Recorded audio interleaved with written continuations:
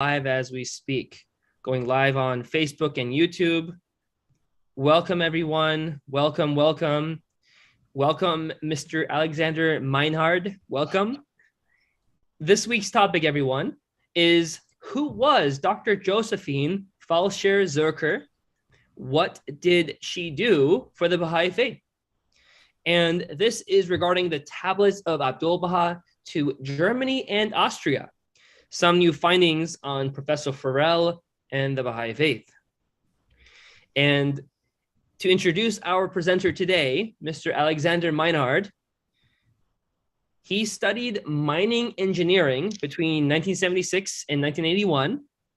And thereafter, he was an engineer for onshore oil and gas production between 1991 to 1993. He has his MBA at the London Business School. And thereafter, he's been a consultant with the emphasis of implementing changes and transformation in firms or part of those firms. In 2010 to 2013, he was a member of the Committee for Archive and the Library of the German National Spiritual Assembly. From 2013 to today, he has been an archivist of the Hermann Grossman Archive since 2018. He's been retired and he is on his fourth career. He has published a book in 2019 on Dr. Fallscheer-Zürcher. In 2022, this year, he has published a book comprising all tablets of Abdu'l-Bahá to Germany and Austria. And he's currently working on the tablet to Professor Forel to be published this year. And his name is August Forel, correct? August Forel, that's correct. Beautiful, beautiful. So Alexander, it's a pleasure to see you today. Welcome from Clearwater, Florida. We're so happy to have you with us and we're ready to begin our presentation. Right, thank you very much for the introduction. I hope my English is not too rusty, and let's go and start with it. What you have said is just targeting or hitting the most common misunderstandings, which is related to the Baha'i industry in Germany. And that is why I gave this header as well. Well, how I started it all, it was in 2010 to 2013, that is, as you mentioned, when I was member of the archive and library in the German NSA, I digitized all volumes of the magazine Sonne der Wahrheit, and which turned out that, sorry, I have to switch off. Can you hear me and understand me now as well? Can you speak a little more? Your quality. Okay, good, I do. Right, so I digitized all the volumes of the magazine Sonne der Wahrheit, which is about 1 yard in size if you put them all in the row. And also made a list of contents because that has never existed before. And what I found is there was a name, Fallscheer. I've never ever heard before. And people are asked about who is this Fallscheer. They said, well, I don't know, until I met the old lady, the son of the head of the course, Dr. Hermann Grossman. She said, well, that's a very interesting person, and I will show you in a minute why this person was very interesting also to the Baha'i faith. And the result is that, as you mentioned, in 2019, all the notes she has taken, I published in a book, which comprises about nearly 400 pages. Having said that, it's not complete, not because I stopped somewhere in the middle, but I cannot find any further sources for any further material. But I will come to this as well. Now the story, if you ask most of the Baha'is, read Professor Forel. Professor Forel is a very well-known, or was a very well-known scientist in Switzerland.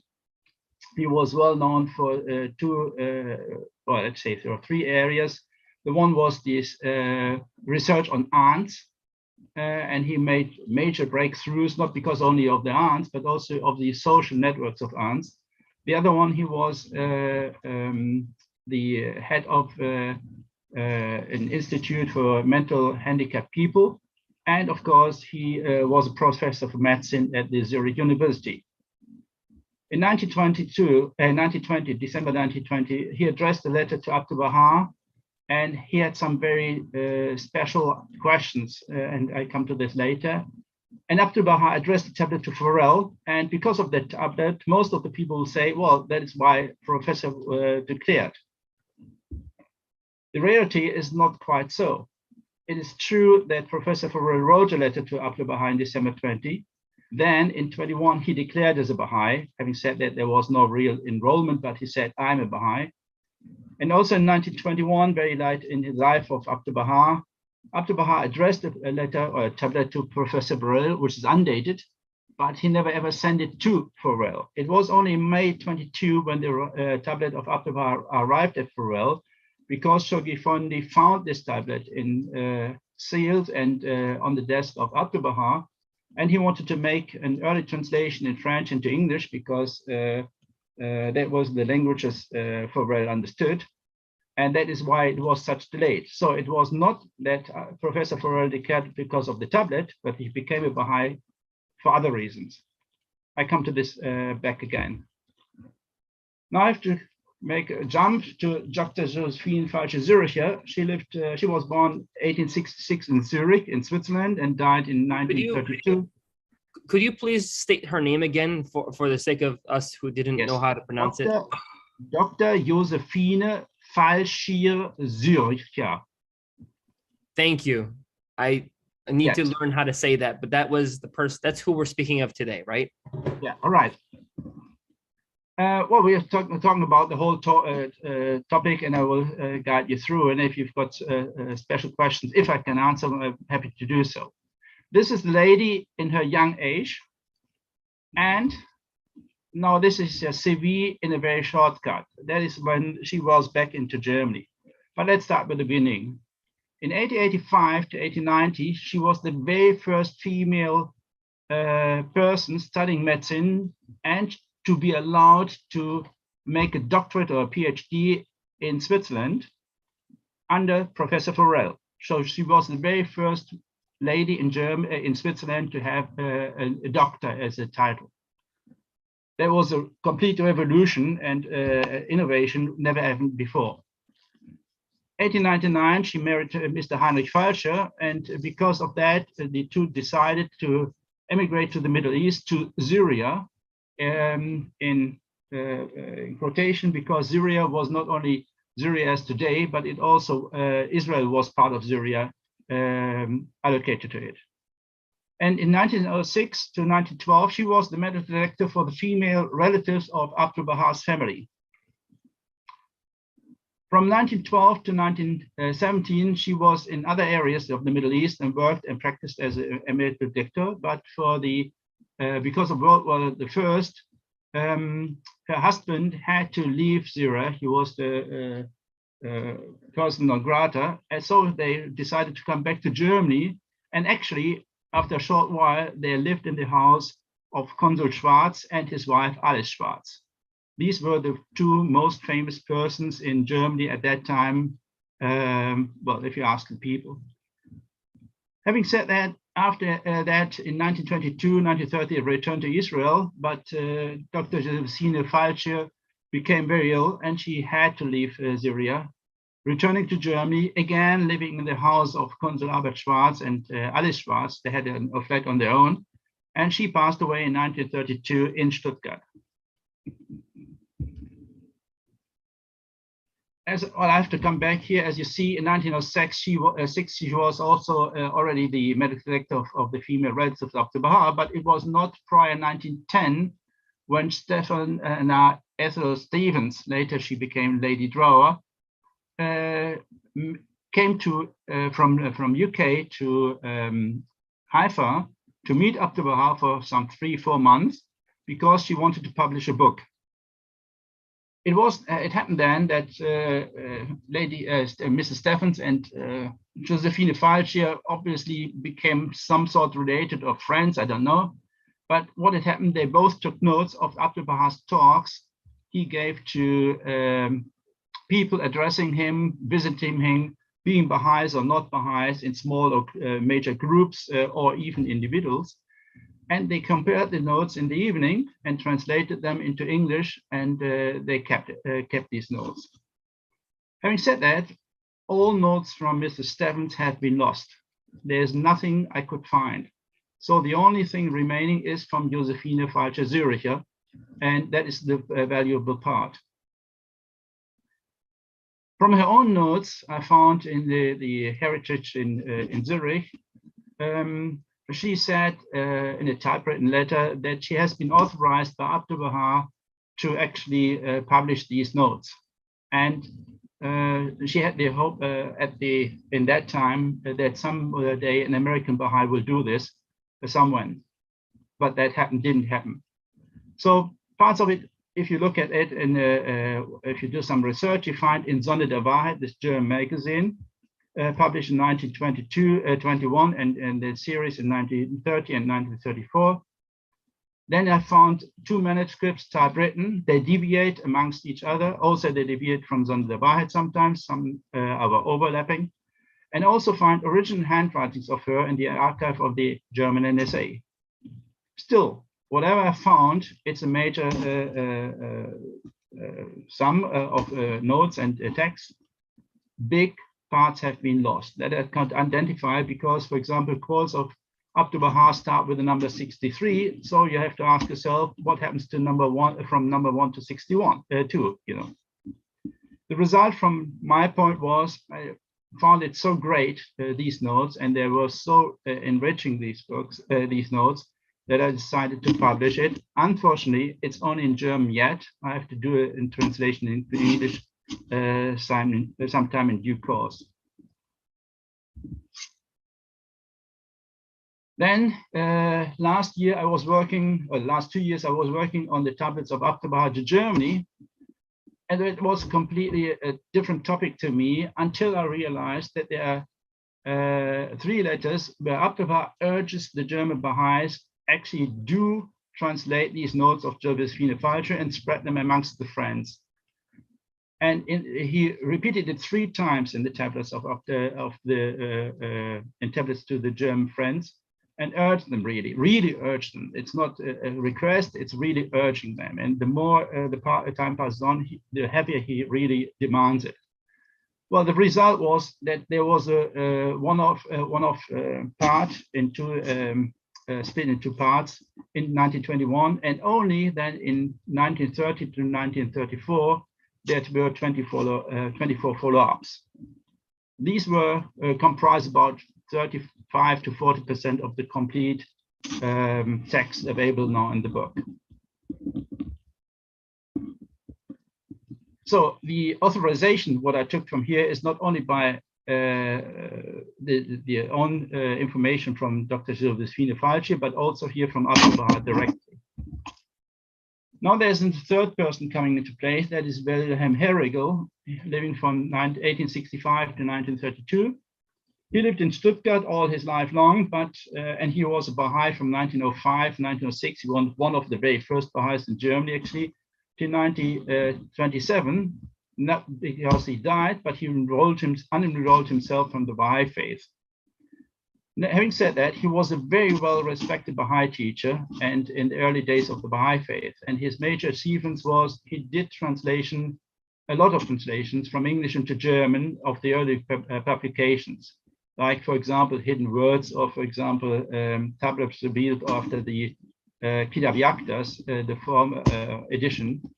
He also copied Baha'i documents with the text, with the technique in that time that was typewriting. By the way, there's a typo, sorry about that. And he traveled throughout Germany spreading the cause. Spreading the cause, he once came to Karlsruhe, which is a major city in Germany, in southern Germany, and there he met Dr. Arthur Browns living in that place, and also Mr. Professor Forel himself, because he was the father-in-law of Dr. Arthur Browns. Herrigel took an extract of the typewritten copies of Josephine Fallscheer with him and headed over to Forel, and the situation is that then, based on this, here's the letter from, or an extract from the letter from Forel to Abdu'l-Bahá. He said, "Esteemed sir, I've just reading some wonderful letters, which according to Mr. Wilhelm Herrigel, who translated them into German, you sent to a lady, Dr. F, in 1910. Is this true?" And the letter goes on. Well, first of all, not Herrigel translated into German, but it was his Fallscheer herself. And the question came up right from throughout the Baha'i faith, who is Dr. F? That was not so easy to answer in the beginning. The second one is, what text is Professor Forel talking about? And the last bit is, were these contents really sufficient enough to make him to become a Baha'i at the end of the day? Well, who is Dr. F? It's not Fischer, as for one reason or the other, Josephine translated in the early writings in English, but is really Josephine Fallscheer, because Edwin Fischer, who was the very first Baha'i, already returned to America back in 1913 with the permission of Abdu'l-Bahá, and there's no other Fischer in Germany whatsoever, being who is related to Baha'i faith, and not to speak to be a Baha'i directly. And the texts I found in the heritage of Professor Forel are exactly those texts Fallscheer wrote, showing some errors because Herrigel made some major typing errors and swapped lines and so on. And the third thing is, are these texts sufficient enough to declare as a Baha'i? And the answer is definitely no for me, because you have to understand that in 1914, he wrote two books that was just at the beginning of the World War I. That is the United States of Europe, die Vereinigten Staaten von Europa, and die Vereinigten Staaten der Welt, the United States of the world. And if you compare the contents of these texts with the Baha'i religion, you find out, well, they're more or less identical with the targets of the Baha'i faith. And in 1920, he met Herrigel and other Baha'is, and he also read these notes of Josephine Fallscheer. And in this table down below, I show you the summary of the two books mentioned on the very top. On the horizontal, on the second column, it's Forel, and this last column, it's Baha'i faith, and the very first column is the topic. So related to God's, or the issue of God, Forel makes a question mark. He doesn't deny that there is existence of God, but he's not quite sure. The Baha'i faith definitely says, yes, there is a God. Read the soul, Forel calls himself a monist, and that means in his definition that the soul is a part of the brain. Sorry, brain is double, but is part of the brain. So when the brain ceases to exist with the physical life, the soul is also dead. Whereas in the Baha'i faith, the body is just a tool to support that the soul can develop the qualities needed for the next world. And following up on this, and as a consequence, Forel denies that there is a life after death, whereas the Baha'i faith says, yes, there is a life after death. Now, how you will raise the question, how can then Forel come up with these conclusions, overlapping with so much with the targets and goals of the Baha'i faith? And that is because he was also a very, very active member of the peace movement, not only in Switzerland, but also in Germany. And he was very well interlinked with these people of the peace movements, who was quite a complex group at the end of the day. And he derived these notes or these targets by himself. So when he wrote in 1914 these two books, he was strongly seeking for something, and he really expressed this. I'm looking for a big, well, let's call it a big bang, a big start, whatever, a big idea to make this real. And when he actually met Herrigel and read these notes of Josephine Fallscheer, he just found out, that's it. That's really what I'm going for. That's what I always been looking for.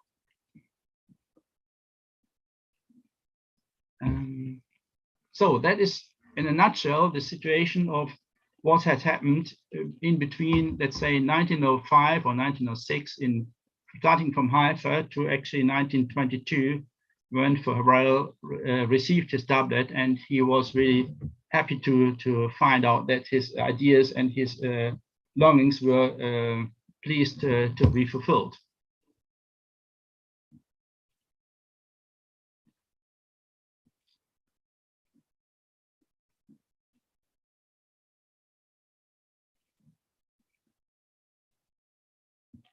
Do you have any questions I can answer?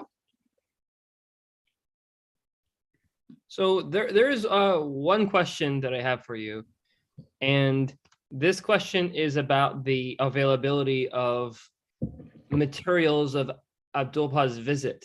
So To Germany. Yes, to Germany specifically. Yes, Right. yes. Yes. Sorry about that. Of course, to Germany. So I didn't mean America. That's a good point. So we have those to America. We have his visit to America. We have Paris talks for France. We have a few things for England, but we have nothing that I'm aware of to read from his visit to Germany. So well, that we do. Okay, where can we find that? Well, there are two answers, or two points I can mention. The first one is we have Zakani. Unfortunately, that is in Persian, with a very poor translation into German. But the good point is that Ali Mazumian is working on an English translation from the Persian, which is, by the way, much better in quality I've ever seen. I'm not quite sure when he will be finishing this translation. I only know that my guess is something by end of this year, maybe somewhere in the middle of next year. I don't know. But from what I understand, it's coming close to an end. And that is a book in 2 volumes in German. I don't know much it will be in English. The other reason is that all the publications, because it's Germany and Austria and a little bit of Hungary as well, are in German. So there's no translation or hardly any translation into English. And those translation into English, for example, Abdu'l-Bahá in Budapest, well, that's about 15% to 20% of the information existing. That is what the NSA of Austria has done in 1988. Well, that is just the gap of the cultures and the gap of languages, as a matter of fact. And again, you have to look in magazines like Sonne der Wahrheit to get a further deep understanding to see what had happened over there. But I can, from the letters and tablets of Abdu'l-Bahá to Germany, I can give you a narrative which is also, well, just recently came up. The first thing is Abdu'l-Bahá actually never ever wanted to visit Germany at all. He refused to come to Germany. It was only in 1911 when the Germans came over to Paris, because that was about 400, 500 miles to drive. And they really not only requested, but demanded that Abdu'l-Bahá would come to Germany. And after a couple of days, Abdu'l-Bahá writes in one of the tablets, okay, I agree, but 2 days, that is sufficient for the cause. So he really gave up and waved his hands and said, well, before they really bang at my door, I come to Germany and that's it for 2 days, finished. When he was actually in Germany, he completely changed his mind. He completely was really full of joy about the German mentality, the way the Germans thought, not only the Baha'is, but how he was received in Stuttgart and the other places. And after 40 days, he had to leave Germany because he wanted, and then he decided for one reason also or the other to visit Austria and Hungary. And in Hungary, he became ill and he had to return to Stuttgart. And there was in a couple of weeks again in Stuttgart, more or less completely ill. Still, he stood up and gave some presentation. Before he left afterwards, then via France to back home to Israel. And the other finding is in early 1920, he was talking 2 times. If God wills, he wanted to return to Germany as well. And that is a complete new finding out of these letters to Germany.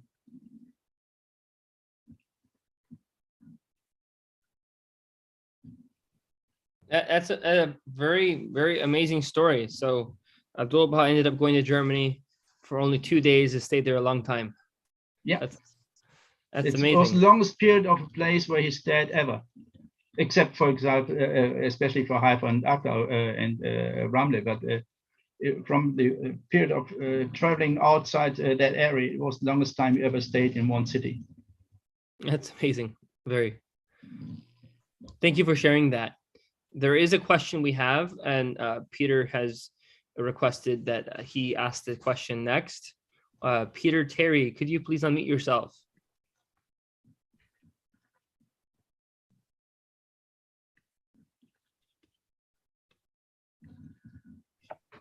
there I have been unmuted. Alexander, I wanted to ask that you would talk a little bit about the full scope of your work, both the collecting of documents and audio-visual, and also the cataloging and the historical studies, and I also want to ask you to please write a history of the cause in Germany, because I think you are better equipped to do that than anyone else. And sorry. Yes, I knew you were going to have a good laugh on that one, because that's a huge job. So that I'll mute myself now.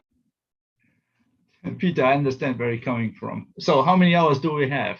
No, seriously, in a nutshell. What Peter meant is he was one day over here, and he was a little bit surprised about the volumes, about the volume of the collection I have. But coming back to the beginning, where here, that is in 2010 to 2013, as when I was member of the archive of the library and the archive.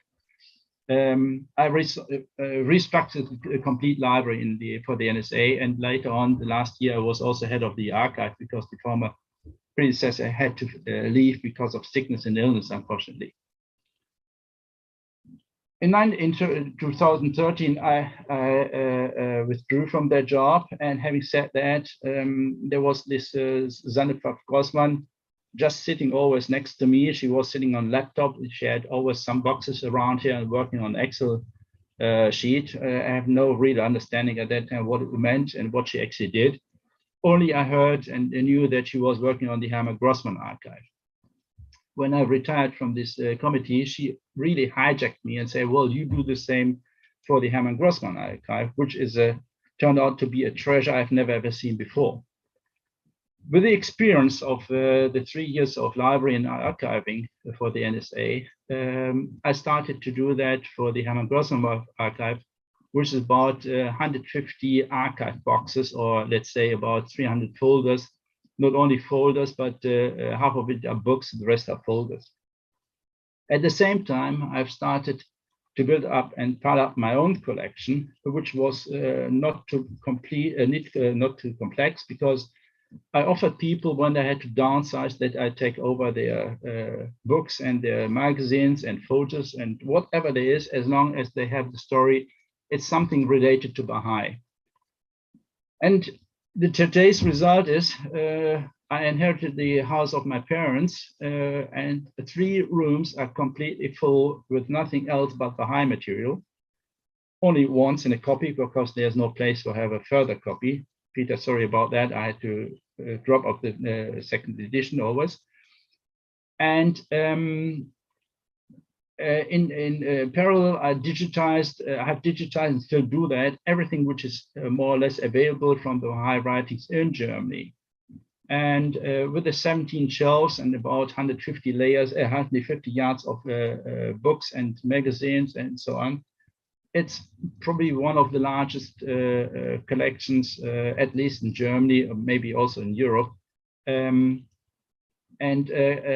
which is sorted and which is accessible in terms that I can access and answer questions. If somebody has a question, look for quotation, do some history research. Besides that, I've collected all the records, vinyl records, CDs, DVDs, all the photos. I have addressed names as far as possible to the old photos of the Baha'is at the former times. I've digitized the old movies, like, for example, the movie of the opening of their house of worship with the speech of Abdu'l-Bahá, or the latest summer school in 1936, the very first movie.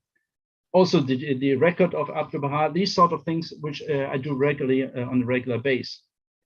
And as an outcome, I do that because I want to have, with hitting one button, all the information available, literally. And once I've reached that, I say, okay, let's go into detail, find out what there is. And when I finish that, I say, well, then add some 10, 15% further energy on that and make a book or something else, making available for people interested in this. And that is my philosophy at the end of the day.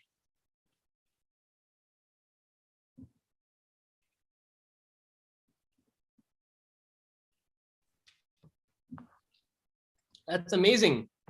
Thank you so much for sharing all this. And Peter, thank you for asking those questions.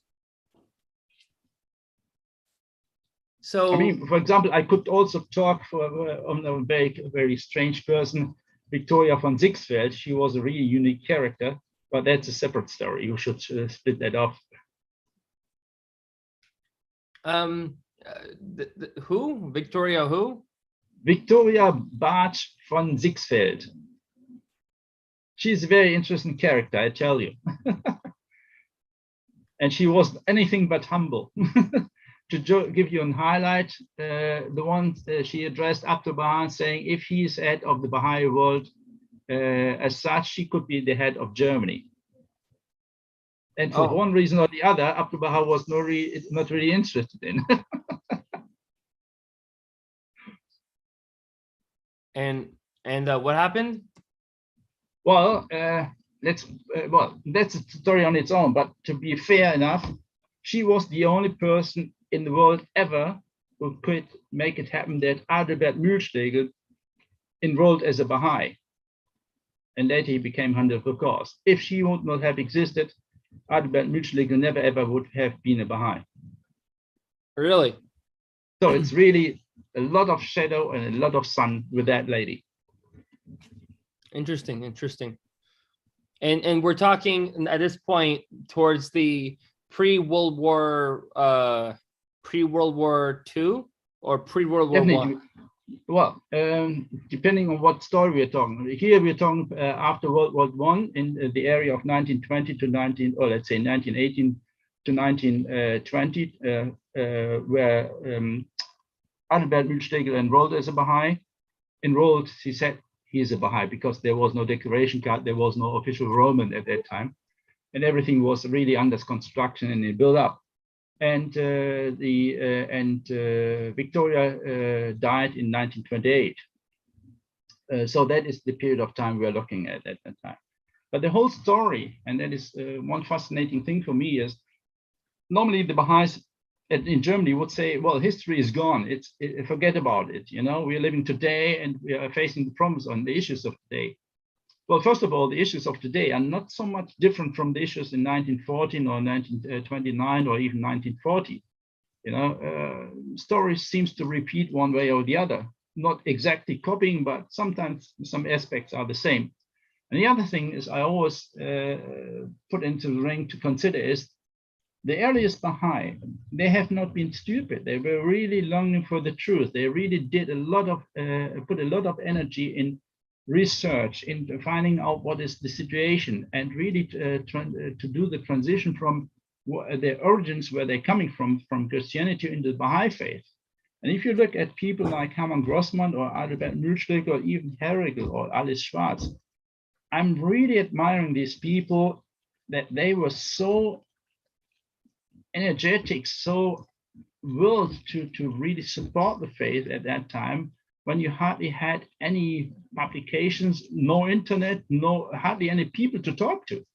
I mean, imagine we're talking from 1905 with one person, that was Edwin Fischer, and something now about 3 years later, we were 20 people in Germany. And only in 1937, in June, when the faith was forbidden by the Nazis, we had only 256 people in Germany to be considered as a Baha'i. We had hardly any organization. Yes, in 1922, the NSA was first time elected, but from their understanding what an NSA is, or National Spiritual Assembly, and our today's understanding, they are two different worlds, you know. That's amazing. Thank you so much for sharing this. There's a lot actually I want to ask about on that subject. However, I do want Peter to ask his question that he had. He texted me the question, and Peter, are you unmuted? Yes, I am. Beautiful. So Alexander knows that I have 1,000 or maybe even 1,000,000 questions, so I'm going to restrict myself to just one. One of the things that I learned from Alexander and from other Baha'is resident in Germany who have done a great deal of research is that the universities and national libraries do not seem to be very interested in collecting materials on the Baha'i faith. There are some very old collections in the Austrian National Library, which have some very valuable things in them. And there are some other libraries also. I think in Berlin there's also a unique collection. But on the whole, the universities don't seem to be interested in collecting these. And I wondered if you would comment on the importance of individuals like yourself having private collections in order to safeguard these materials from disappearing altogether. That's a question, Peter. I've never even really thought about it. I only can tell you what coming to the universities and the official authorities. Yes, you're absolutely right. Universities in the past had some interest in the Baha'i faith, especially those which were under either Catholic or Protestant headship. So the University of Marburg and the University of Tübingen, they had major collections, or they still have major collections of the Baha'i literature, but they have used it to offend the Baha'is and really fight against the Baha'i faith.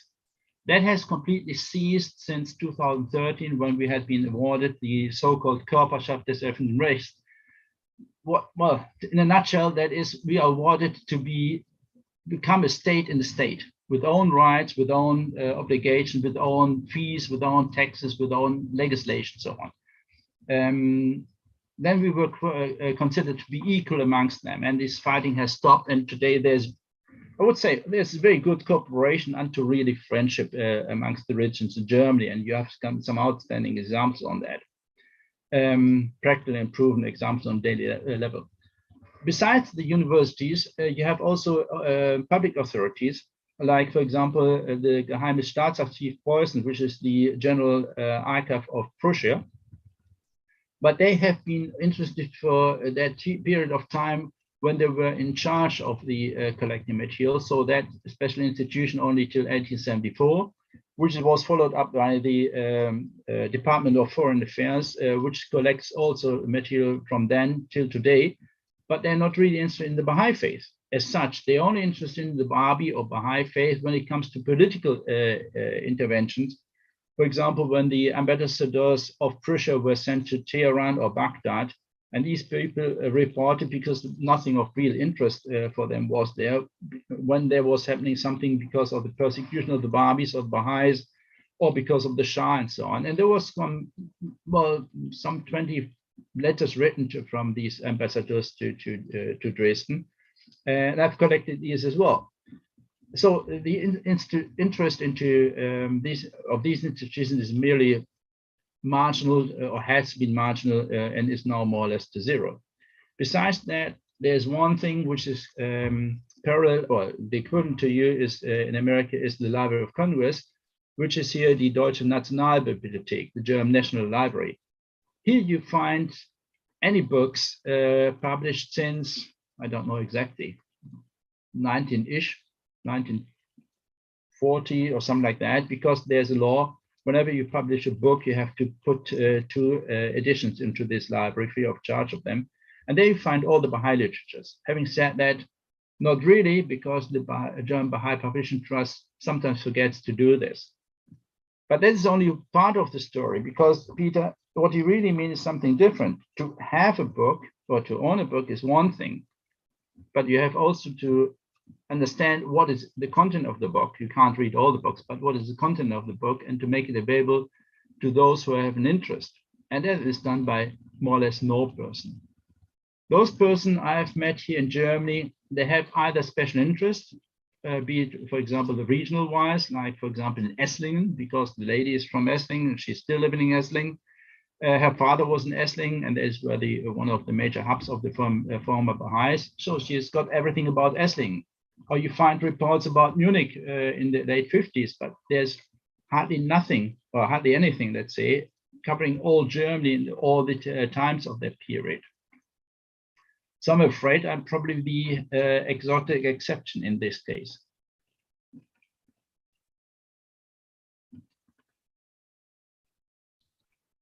So I think answering Peter's question, it's the need for archives, it's very, very high, given that the public hasn't really done that either. So Baha'i archives are important. Right, and the other thing is what I mean is by it's not only sufficient enough to have the books or copies or PDF, but you have to have an idea, because that is what I meant. Having all information by hitting one button on the computer at the end of the day is like, look at, for example, Bahá'íLibrary.com, or for example at Bahá'í.org. You enter this site, you put in a wording what you're looking for, and you get an endless list of information what you can find and put there as well. The only thing is, and that's the downside, that is, sorry for that, it's English American. There's no equivalent for Germany. And that is what I'm building up at the end of the day. And the other thing is, well, because there's an overlap and the history is intervening, I'm really surprised, for example, how much exchange of information between, for example, America and Germany had been between 1906 and 1925, let's say, just because of Alma Knoblauch, you know, or letters from other local spiritual assemblies to Germany and forth and back, or even, for example, look at the South and West, look at Untitled Chapter, look even at, for example, the Dawn, the magazine from Burma and India at that time. You find international information, what happened. There was a very close exchange. They were really following up and really interested in what is in the other parts of the world. And today we're have reached such a level that is impossible. You cannot follow up what's happening in India or Burma or in every place in the United States. Today, the Baha'i faith is too big, but to have an overview, that's definitely necessary at the end of the day.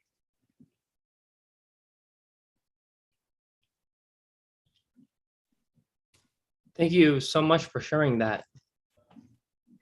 We have a question from George Mueller. And George, if you'd like to unmute yourself.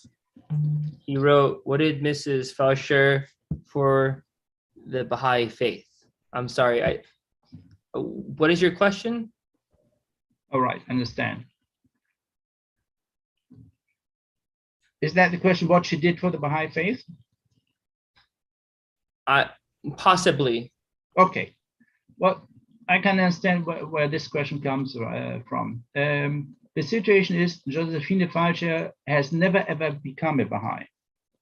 She was Catholic and until her marriage, and she converted then to the Protestant church because her husband was Protestant, and that was usually at that times. And from her own notes, she states she's really admiring Abdu'l-Bahá. She has very great sympathy for the Baha'i faith. She's really enjoying the targets, the goals, the instruments the Baha'i faith shows, but she doesn't want to become a Baha'i. So what did actually Josephine Fallscheer do as for the Baha'i faith? If you ask me, she did a lot. To make it very easy to understand, you all know Paris Talks, and this book, Paris Talks, is from the quality and the content quite similar to the depth and quality of what Josephine Fallscheer took on notes from Abdu'l-Bahá. I found, for example, three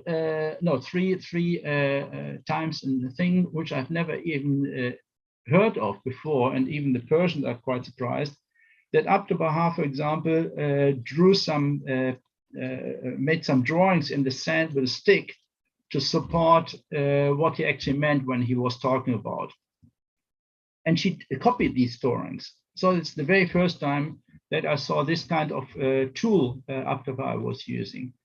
And the topics are as the topics in some answered question or Paris talks or whatever are they always the same? It's about relation between Christianity and Baha'i, what is new, the progressive world relation. It's about, of course, because it's close to 1914, an approach is about World War I. He's warning about. It's about peace, unity. These things he's always saying. You always can read in any other books as well. So there's no really complete major new topic he's targeting, but he's elaborating on different areas, and he's probably, because in this case, Josephine, and that's probably the advantage, Josephine Fallscheer, even though she is Swiss, she has the German-Swiss mentality, because she's from the German-speaking part of Switzerland. She has this German-Swiss mentality, also married to a German person. And with the German way of looking at it, she took these notes. And she also translated these notes with the knowing what the German culture is. And that's probably the value add besides the contents, which is more or less a confirmation what Abdu'l-Bahá always had said, whether he was off in the United States or in England or here in Germany or wherever, or even when letters and tablets are written, he's very constant in his sayings. But here you have a different view on the whole thing because of Josephine Fallscheer. And if we hadn't her notes, those of Stefana Atlanta Stefana Stevens have been lost. I've contacted all the libraries and all the archives in UK. I tried to find out any siblings of her. I tried to find out any relatives of her. There's a lot of her heritage in the United States. There are some about 6 or 7 libraries who have lots of books, originals and notes of her, but nothing about the Baha'i faith. So Josephine Fallscheer is the only source for that time, for that period of the talks of Abdu'l-Bahá, and there's even nothing like in Haifa or anywhere else.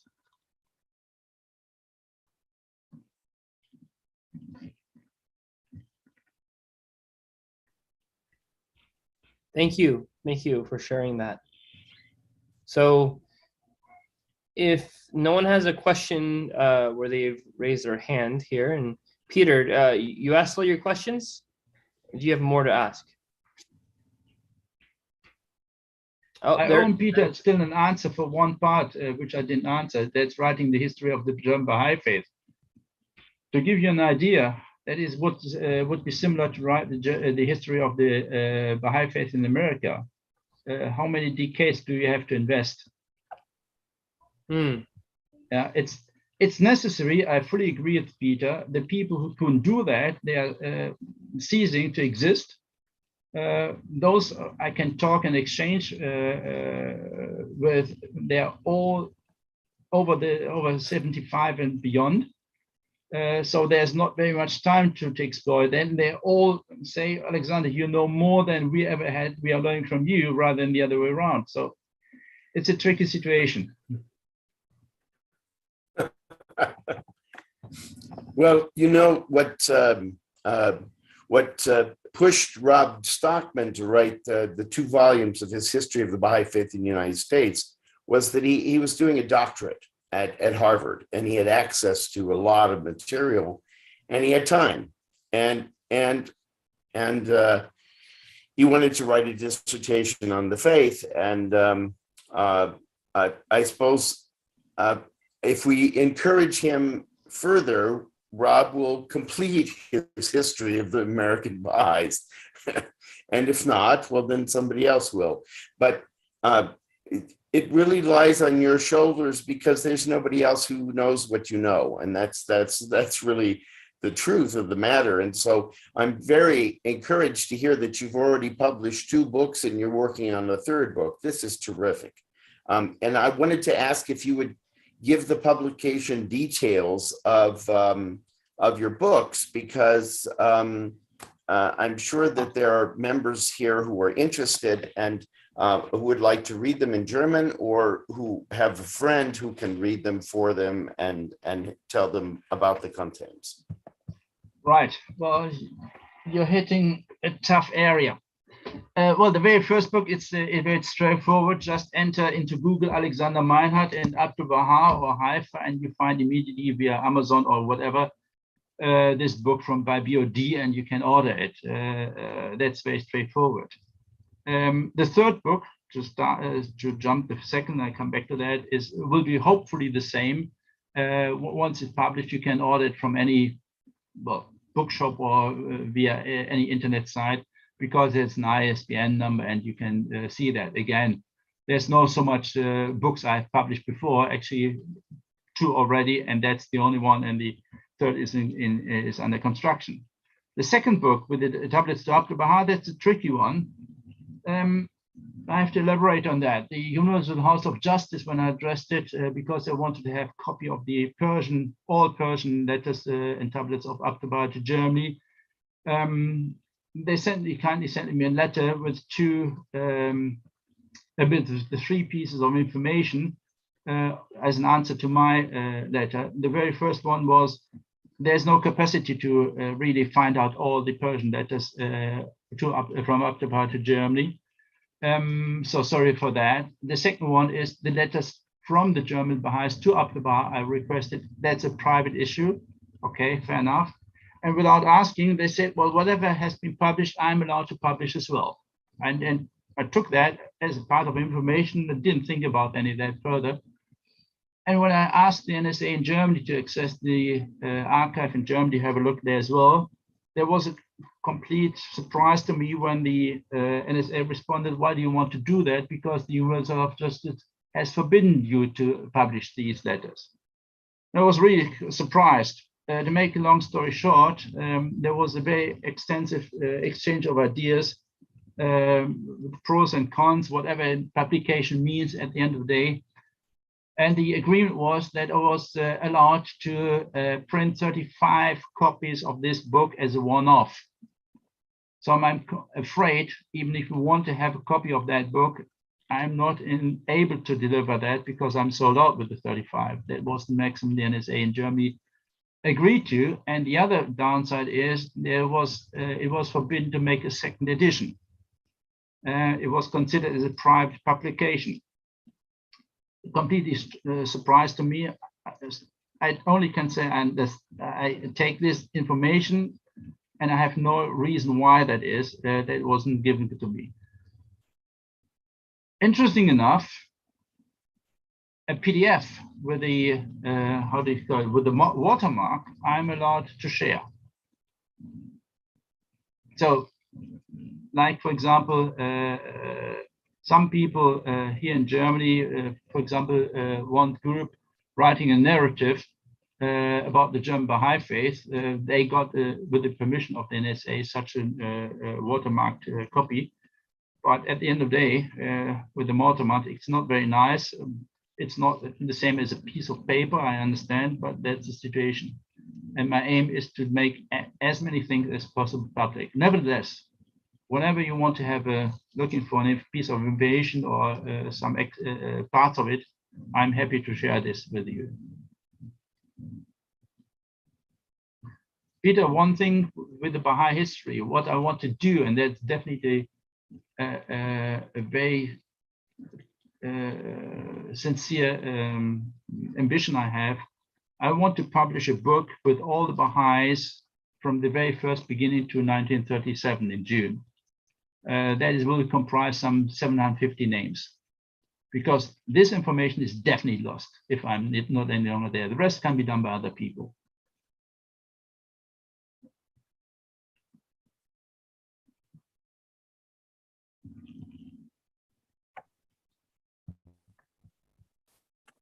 Thank you.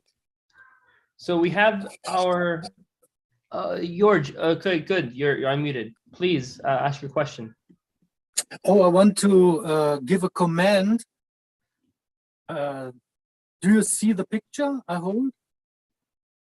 I cannot read it. Oh, wait a minute. Maybe I. No, I just see a piece of page or whatever. Okay. I only want to say, I want to come back to speak of Mrs. Fallscheer and the book you wrote, yes? And I want to give an insight. I see it, yes. Yes, I want to give an insight, yes, a view, or it's my opinion, yes. For me, this book, the notes, the letters of Mrs. Fallscheer is really a big treasury, yeah. Like you mentioned, the Paris talks, yes. If we go back in history, we have to remember the early literature which the Baha'i had in hands, yes.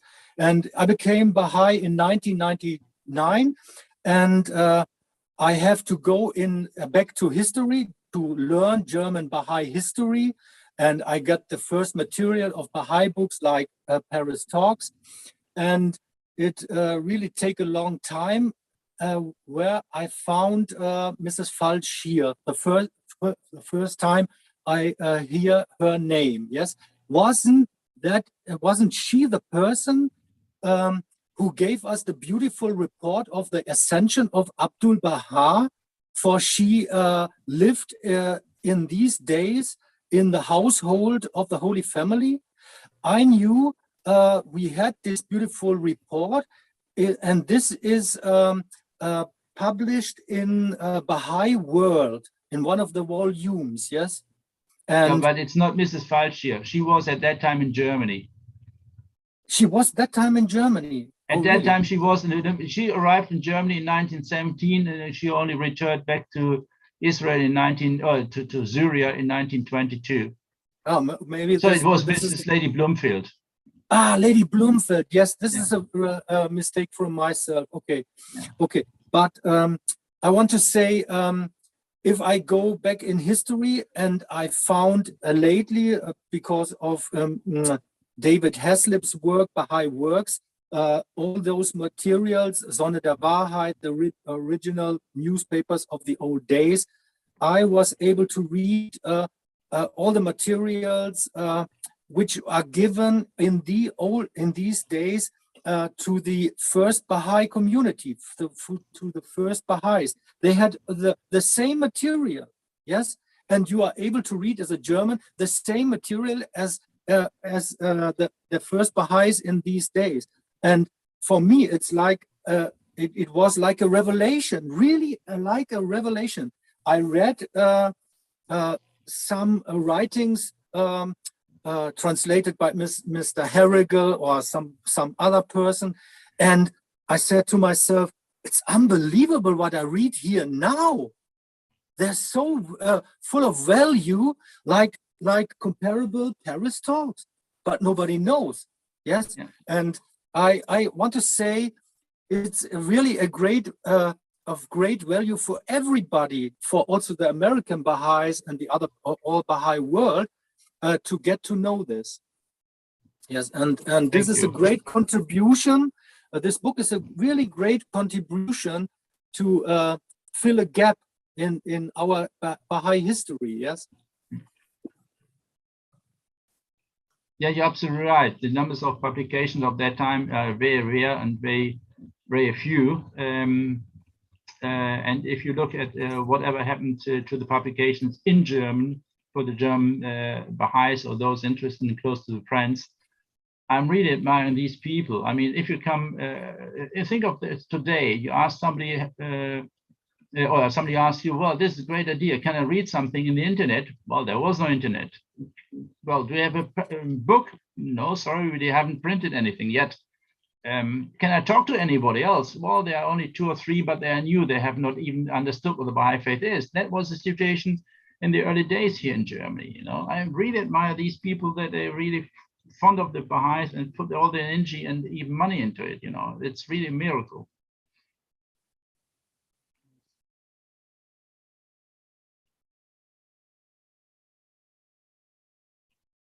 Thank you. Thank you. If I may, John, I wanted to compliment and thank both of these gentlemen whose native language is not English to have made this effort to share their knowledge and their insight with us in our language. There are not many of us who have the capacity or even the willingness to do that in other languages. Peter, you I do can the tell you, next in even though I German. know some French, You do the next in German, Peter. impossible. Well, we appreciate all the time that you've spent with us. Definitely, it's a marvel to look at that. Yes, we are talking with friends in Germany today. We are talking with people who their mother tongue is German, and they're able to speak in English with us and share with us in the English language a few things that very few people have been able to see. So we thank you very, very much as English speakers, not having too much of a understanding of the German language, besides maybe a few words here or there. We really, really appreciate it that you're able to be with us today, to join us and share just a little bit of this ocean of knowledge that we are hopefully going to be exposed to more and more in the future. That being said, we are at our closing time for today. We thank you all who have joined us in the session, who've been with us in the pre-session, that we delayed the session today by an hour. We thank you all for your patience, and more importantly, thank you for, again, Alexander, thank you so much for your time to spend this with us. I know it's very late also now in Germany, so thank you again for sharing your night with us. Right. No, it's not the time. It was late of time. It's right now about 6 or 7 o'clock. That's not the problem. But I was head of, well, the conference, or let's say of the technical operation of the conference we had for 3 days, and that was the reason. Maybe besides just thanking for the invitation of you, sharing this information. If you look at, for example, Bahá'í.works, that is the site of David Haslip, Jörg Müller mentioned. There are all the German magazines already published, and most of them are already proofread and have a list of contents. And I put more material on that. And just recently, I handed over to David Haslip over 600 pamphlets and brochures, not only in German, but most of them are in American and English. He didn't even know that were existing. So there will be, over the next time, also for you available in language you understand. Thank you so much. And yes, I look forward to being able to stay in touch. Hopefully, if you're on social media, definitely it's nice to be able to be connected, all of us. And please check out our page, the Baha'i Center of Clearwater. We have that on Facebook. You're very welcome to see your video. And of course, if people have questions after the fact, everyone's welcome to leave questions after the fact, and hopefully you'll be able to see them. So we wish you a very beautiful evening. Thank you for joining us on the day of your conference and all your service. We hope everyone here. Yes, we hope everyone here has a beautiful weekend ahead. And we look forward to seeing you next Sunday, everyone. Thank you.